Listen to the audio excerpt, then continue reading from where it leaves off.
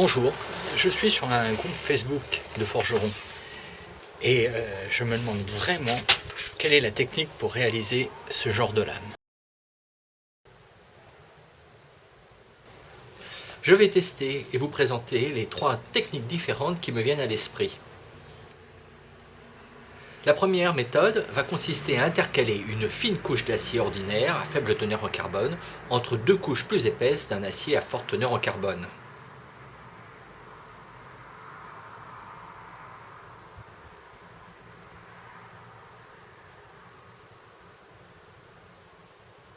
Comme d'habitude, je vais utiliser la technique du caisson pour souder les différentes couches. Cela permet de ne pas utiliser de borax. Une astuce, le traîneur est soudé directement sur la trousse et non pas au caisson. Vous verrez plus loin l'intérêt. Autre astuce, je peins la face intérieure du caisson avec une peinture à base de blanc de titane. Beaucoup de peintures blanches sont au titane, il suffit de regarder la composition sur le pot ou le tube. Les 2 cornières sont soudées entre elles pour obtenir un caisson hermétique. Les couches sont soudées au marteau à la température du blanc soudant. J'ouvre le caisson à la meuleuse. Je peux éplucher mon lingot comme une banane grâce à la peinture. Le traînard reste utilisable car il a été soudé sur la trousse. La soudure semble parfaite. Je forge grossièrement la lame car le damas nécessite ensuite un travail d'abrasion important pour faire apparaître les motifs.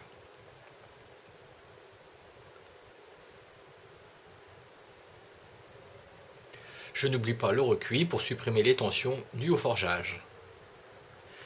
J'ai dégrossi à la meuleuse la lame et après 3 normalisations, je réalise une trempe sélective à l'huile, suivi d'un revenu d'1 heure à température maximum de mon four de 190 degrés. Je révèle au perchlorure de fer. Ce n'est pas exactement la copie de l'exemple initial, mais ce n'est pas si vilain.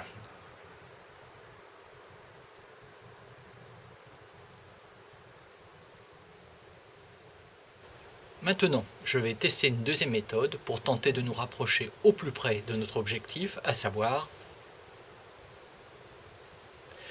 je vais réaliser un damas à 3 couches un peu particulier.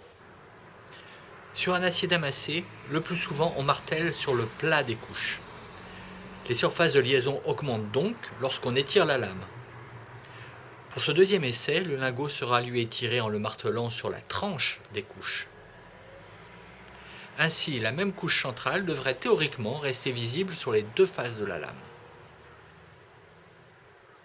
Et bien c'est parti pour cette deuxième approche avec ce matériel de récupération. J'accélère la présentation pour 2 raisons. La première, c'est qu'elle reprend en partie les techniques de la précédente. Et la seconde, c'est que je vais vous montrer un échec.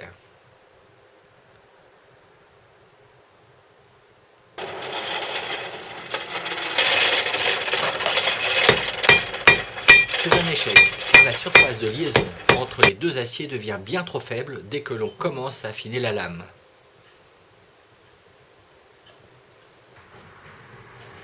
Ce n'est donc pas comme cela que l'on peut arriver à notre objectif. Ma 3e méthode va se faire non pas à la forge, mais dans un salon de beauté.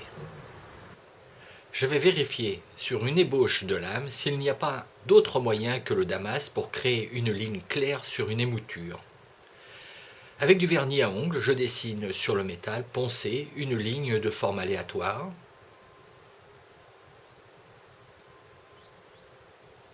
Je passe la lame un quart d'heure à l'électrolyse pour foncer le métal. J'ôte le vernis à ongles à l'aide d'un dissolvant à base d'acétone.